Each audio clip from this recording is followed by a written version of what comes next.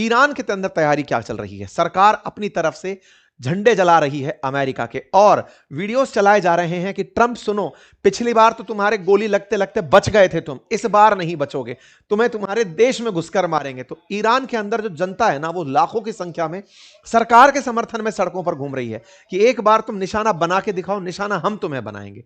ऐसे में अब ईरान की तरफ से भारत को संदेश भेजा गया है, कहा गया है कि देखिए वो वाली बात है, लेवल सबका निकलेगा। ईरान बोल रहा है कि जो भी देश चुप हैं, यहां पर ध्यान रखने वाला है, दीज पॉलिसीज विल सूनर और later affect all countries regardless of their size और इकोनॉमिक पावर। इनका कहना है कि जैसे अमेरिका ने अभी 66 यूएन और मतलब गैर यूएन के गठबंधन से अपने आप को बाहर निकाला, दुनिया में जिस तरह से यूनिलैटरली वो आगे बढ़ता चला जा रहा है, आज जो लोग साइलेंस हैं या फिर इनएक्टिव हैं, वो जो देश चुप हैं, वो ये ना समझें कि वो घटना उससे चिंता से दूर हैं, कभी ना कभी उनका नंबर भी आएगा। और ये बात सच भी है।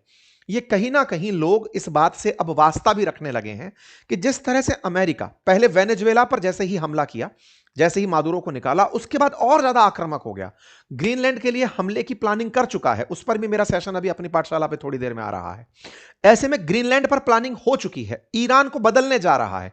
ये जितना एग्रेसर होकर जा रहा है, इससे आप समझिए कि अगला टारगेट इसका ब्रिक्स कंट्रीज होंगी। ब्रिक्स कंट्रीज में ये साउथ अफ्रीका की सरकार बदल सकता है, ब्राजील की सरकार बदल सकता है, इंडिया में भी कुछ ना कुछ ऐसा कर सकता है कि जो इसको चाहिए वो करने का प्रयास में रशिया के साथ व्यापार के नाम पर खूब सारा 500% टैरिफ एग्जीक्यूट कर सकता है कि करा दो। सुप्रीम कोर्ट तक अब ट्रंप के प्रभाव में चल रही है। कल टैरिफ के ऊपर फैसला आना था, उसे स्थगित कर दिया सुप्रीम कोर्ट ने कि नहीं नहीं ठीक है, बाद में फैसला दे देंगे। मतलब इस समय अमेरिका और ज्यादा एग्रेसिव हो गया है। एक घटना के बाद में ट्रंप का मिस्टर पीस का खिताब दिमाग से उतर गया है कि जब शांति में तुम नोबेल नहीं दिए तो अब मुझे अशांति फैलाने दो, कम से कम इसमें तो श्रेष्ठ होने दो, अमेरिका का सबसे श्रेष्ठ राष्ट्रपति बनने दो। शांति के नाम पर मैं नोबेल पीस पुरस्कार मांग रहा था, तुम नहीं दिए, मैंने 8 युद्ध रुकवाए, अब मैं 8 युद्ध करवाऊंगा, उसके बाद बताना कि मैं सबसे बढ़िया हूं कि नहीं, मुझे श्रेष्ठ बनना है। ठीक है, तो ऐसे में ट्रंप लगातार सक्रिय हैं। अच्छा, ईरान में क्या था कि जो प्रोटेस्टर्स हैं ना, उनको देखते ही गोली मारी जा रही थी, लेकिन सिंबॉलिक रूप से गोली मारने के बाद पता नहीं चल रहा कौन मर गया, लेकिन पूरे देश को बताने के लिए कि देखो ईरान के अंदर प्रोटेस्ट के जो चेहरे हैं उन्हें सरेआम फांसी दी जाएगी, वो काम भी जारी था।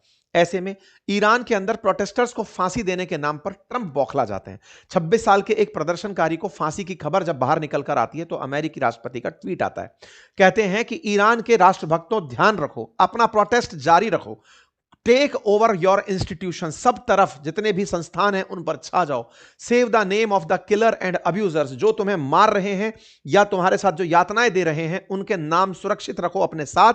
They will pay a big price, I have cancelled all my meetings with Iranian officials until the senseless killing of protesters stop, जब तक ये किलिंग नहीं रोक देते तब तक मैं अब ईरान से बात ही नहीं करूंगा। हेल्प इज ऑन इट्स वे, यानी कि आपके लिए मदद पहुंच रही है। यह वाली लाइन जब इन्होंने बोली ना, उसके बाद में माहौल गर्मा गया कि इसका मतलब युद्ध होने जा रहा है। यह हेल्प इज ऑन इट्स वे से ही तो सारा माहौल बना। मेक ईरान ग्रेट अगेन कह के इनका ट्वीट आता है। आज सुबह सुबह फिर यह बात बोलते हुए दिखाई देते हैं कि हमारे कहने पर ईरान ने, अभी तक तो हमारी सूचना यह है कि फांसी टाल दी है, बाकी चीजों पर मेरी कोई प्रतिक्रिया नहीं है।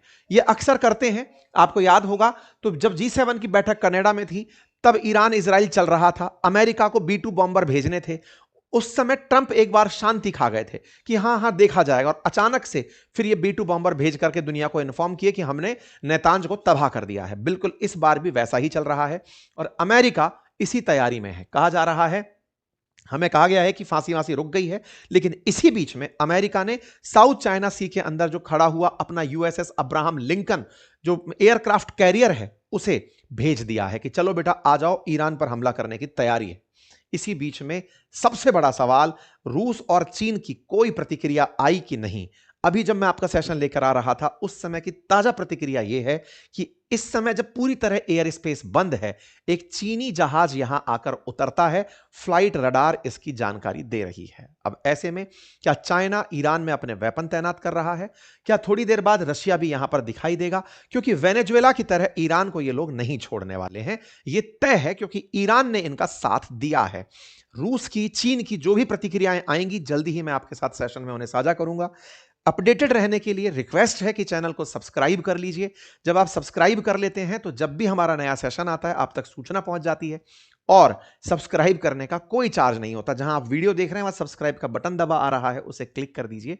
ऑलरेडी सब्सक्राइब किया हुआ है तो अपने मित्रों से शेयर करिए, उनसे सब्सक्राइब कराइए, ताकि हमारी आप तक काम को पहुंचाने की जो ऊर्जा है वो निरंतर बढ़ती रहे। ट्रंप को दुनिया ने कैलकुलेट तो कर लिया है कि ये हमला करने वाले हैं, आज करेंगे या रुक के करेंगे मेरी मर्जी टाइप से अमेरिका कर रहा है। आप पूछेंगे कि नहीं, केवल माहौल हो सकता है। देखिए, मैंने आपको इसी तरह से वेनेजुएला की कहानी पर भी सेशंस लंबे समय से देते आ रहा था। वेनेजुएला पर हमला होने वाला है, अमेरिकी आक्रमण होने वाला है, होता है, हो ही जाता है, मादुरो को उठा लिया जाता है। इसका मतलब जो प्रक्रिया को हम लोग फॉलो करते आ रहे हैं वो फाइनली एग्जीक्यूशन तक पहुंचती है। ईरान पर भी जो हम खबरें फॉलो करते आ रहे हैं उसका फाइनल डे आ चुका है। आजकल जो भी है वो आपके सामने अपडेट में मिल जाएगा। कैसे पता चल रहा है जरा सुनिए। यहां पर आप हेडलाइन देखें, जर्मनी, स्पेन, इटली, पोलैंड सभी ने अपने सिटीजन से कहा है कि ईरान छोड़कर के तुरंत निकल लें, क्योंकि अमेरिका का हमला हो सकता है। अब यह कौन से न्यूज़पेपर में छपा है? टीआरटी वर्ल्ड में, तुर्की का न्यूज़पेपर है, इस्लामिक वर्ल्ड का न्यूज़पेपर है। अमेरिका के हमले के बारे में खबर छाप रहा है कि दुनिया के देशों ने अपने लोगों से कहा है निकल लो, अमेरिका हमला कर सकता है। ठीक है, साथ में हेडलाइन बनती है, अमेरिका ने अपने सैनिकों को जो मिडिल ईस्ट के अंदर बेसिस पर तैनात हैं उन्हें तत्काल प्रभाव से हटने की कहा है। Iran warn of retaliation if Trump strike. अब यह कहानी क्या है? असल मायने में अमेरिका यह जानता है, क्योंकि एक दिन पहले ही ईरान ने धमकी दी थी कि अगर अमेरिका आपने हम पर हमला किया तो आपके जितने भी ठिकाने हैं मिडिल ईस्ट में सबको टारगेट बनाएंगे, फिर मत कहना। क्योंकि देखिए, अमेरिका तो बहुत दूर बैठा हुआ है और अमेरिका चाहता भी इस तरह से है कि कोई अमेरिका पर हमला करने की प्लानिंग ना करे। उसको तो ये रास्ता बिल्कुल क्लियर है, लेकिन अमेरिका के जो बेसिस बने हुए हैं मिडिल ईस्ट में उन पर तो हमला किया जा सकता है। ऐसे में उसने उन बेसिस के बारे में पहले ही धमकी दे दी थी ईरान ने कि देख लो भाई, हम आपके बेसिस पर हमला करेंगे। यह बात जैसे ही बाहर आती है, हमारे सारे हवाई जहाज अपना रास्ता बदल देते हैं। एयर इंडिया, इंडिगो, इन सब ने ट्रैवल एडवाइजरी जारी करते हुए कह दिया कि भाई अब हम ईरान के एयर स्पेस से नहीं उड़ेंगे। ईरान ने भी अपने एयर स्पेस बंद कर दिए। क्यों? क्योंकि अगर अमेरिकी कोई फाइटर जेट हमला करने आएगा तो उसे ईरान अपने रडार से समझ जाएगा कि भाई अपना जहाज नहीं है, किसी का जहाज नहीं है, ठोको। मतलब पूरी तरह देखिए, ईरान वेनेजुएला की तरह देश नहीं है, मजबूत कंट्री है, बढ़िया डिफेंस है, बढ़िया उसके पास में ड्रोन्स हैं, मिसाइल्स हैं, लंबे समय से युद्ध की तैयारी है, इतने दिन से प्रेशर दे झेल रहा है। और ईरान के साथ में चीन और रूस का भी बैकिंग है। रूस का बैकिंग मैं बोल रहा हूं, इसके पीछे का तर्क यह है कि जब रशिया यूक्रेन युद्ध हुआ है ना, उस समय पर ईरान ने खूब सारे ड्रोन रूस को दिए हैं। ऐसे में रूस ईरान के साथ ना आए ऐसा लगता नहीं है, क्योंकि बदले में रूस जरूर आएगा, क्योंकि ईरान पूरे टाइम रशिया यूक्रेन में रूस के साथ खड़ा रहा है। ऐसे में अगर रूस ने इन्हें अपने मिसाइल सिस्टम दे दिए, चीन ने अपने व्यापार को बचाने के लिए कुछ कर दिया, तो यह बहुत ही भीषण स्थिति तक घटना जा सकती है।